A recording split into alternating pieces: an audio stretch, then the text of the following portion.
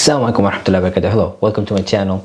My name is Sabur, and in today's video we'll be reacting to the sultans, kings, rajas, emperor and queens that are in Asia or Asian countries. So please stay tuned. We're going to get started with that video in a couple of minutes.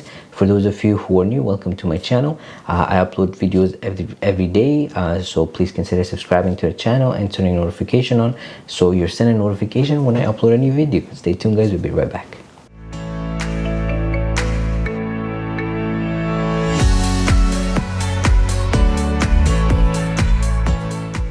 Welcome back guys. We're gonna get started with the video in just a couple of minutes. After the video, at the end I'll be giving you my observation as well as reaction, so please make sure you stay until the end. Now we're gonna get started with the video. What do Bhutan, Brunei, Cambodia, Japan, Malaysia and Thailand have in common? They're all monarchies in contemporary Asia. And so are Australia, New Zealand, Papua New Guinea, the Solomon Islands and Tuvalu. These democracies in the region are all still technically reigned over by Britain's Queen Elizabeth. Asia's kings, sultans, raja, emperor and the British monarch primarily have ceremonial roles. Except for the Sultan of Brunei, Hassan al-Bolkiah, who runs an absolute monarchy and serves as Prime Minister of his small Islamic country. The Sultan of Brunei held the position of world's richest man for many years until he was displaced by Bill Gates in the 90s. Hassan al-Bolkiah owns about 500 Rolls-Royces, the largest collection on the planet. Other Asian monarchs are outrageously rich too. Most have public money to fund royal lifestyles with palaces, golden carriages, crowns and plenty of servants. Japan's royal family, for instance, has a team of staff archaeologists to protect nearly 900 imperial family tombs. The Yamato dynasty traces its roots back to 660 BC, making it the oldest continuous hereditary monarchy in the world. Japan's 126th Emperor Naruhito ascended to the Chrysanthemum throne on May 1, 2019. Following Japan, Thailand is the world's second most populous constitutional monarchy. Many of the nearly 70 million Thais still mourn the 2016 death of King Bhumibol the Great, who was the longest reigning monarch in Thai history. His only son Vajiralongkorn has succeeded him as king. Though most Thais refer to their new king as Rama X, his full name means descended by flesh and blood of God Indra, overlord of all angels. In Malaysia, the sultans and the raja also claim a divine right to rule. The latest king is Sultan Abdullah Sultan Ahmad Shah, the hereditary ruler of the central Malaysian state of Pahang. Malaysia's 9 royal families rotate the throne between one of their male Muslim descendants every 5 years. But a special conference of rulers had to be called when the flamboyant Sultan Muhammad V stunned the country with his sudden abdication after 2 years. The first king of kings to ever step down from the Malay throne had made royalists shiver when he married for the second time to a Russian beauty queen nearly half his age. Another blue-blooded man whose private life is regularly discussed is Cambodia's King Norodom Sihamoni. The king is a professional ballet instructor who has never married.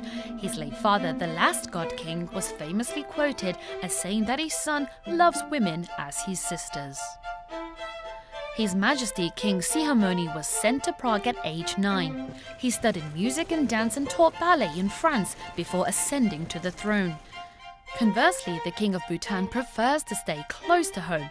His Facebook page explains how he does most of his travel within Bhutan to remote rural villages. King Jigme Kesa Namgyal Wangchuk, formerly known as the Dragon King, ascended the throne as Bhutan's 5th king in 2006. Kesa's family started ruling Bhutan in 1907 when it was under British influence. Many monarchies in Asia have been modelled on or were initiated by Great Britain. The British Crown, which once ruled large parts of the continent, is still head of state in Australia, New Zealand, Papua New Guinea, the Solomon Islands and Tuvalu. Each has a Governor-General to represent Queen Elizabeth. The region is still a regular destination for British royals, including Prince Harry and his wife Meghan, the Duchess of Sussex. Their trip down under even swayed Australian public opinion towards more support for the British Crown remaining as head of state. So it seems that royalty may have a place in Asia for some time to come. Wow, that's crazy. I didn't know there were so many royalties, rajas, kings, sultans, emperors in Asia. One thing that I wanted to address was they said, I think one of the kings from Malaysia would refer to himself the king of kings. Astaghfirullah. The king of kings is referred to Allah subhanahu wa ta'ala.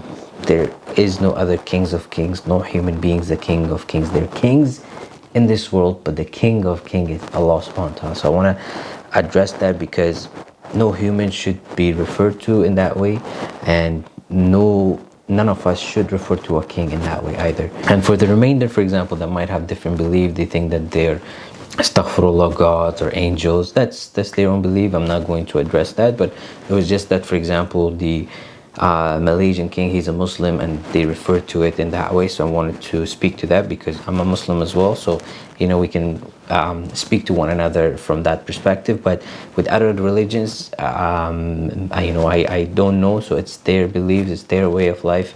And in Islam we don't criticize other religions, but rather we respect them for what their beliefs are. So this is really cool. I liked it. It's interesting. One thing I didn't like was, I think it said the king of Brunei, he had like 500 Rolls Royces. It's crazy. Does he really need 500 Rolls Royces? Like, I think one is enough. Hopefully he doesn't have any poor or hungry people in his country, because 500 Rolls Royce is a lot. But hey, that's the royal way of living, right? Like, if you have guests coming, you're gonna give each of them a Rolls Royce to drive around the city, right? So I hope you guys liked it. If you did, please don't forget to like, comment, and share.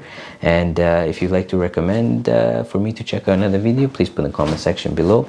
I have a request for you guys. I'm working towards my goal of reaching 100k subscribers, hopefully by the end of summer. So if you want to be part of that journey and support me, please consider subscribing to the channel and turning notification on so you're notified when I upload a new video. I hope you guys have yourself a wonderful day. Take care of yourself and your family, and inshallah I'll see you in the next video. Take care. Wassalam.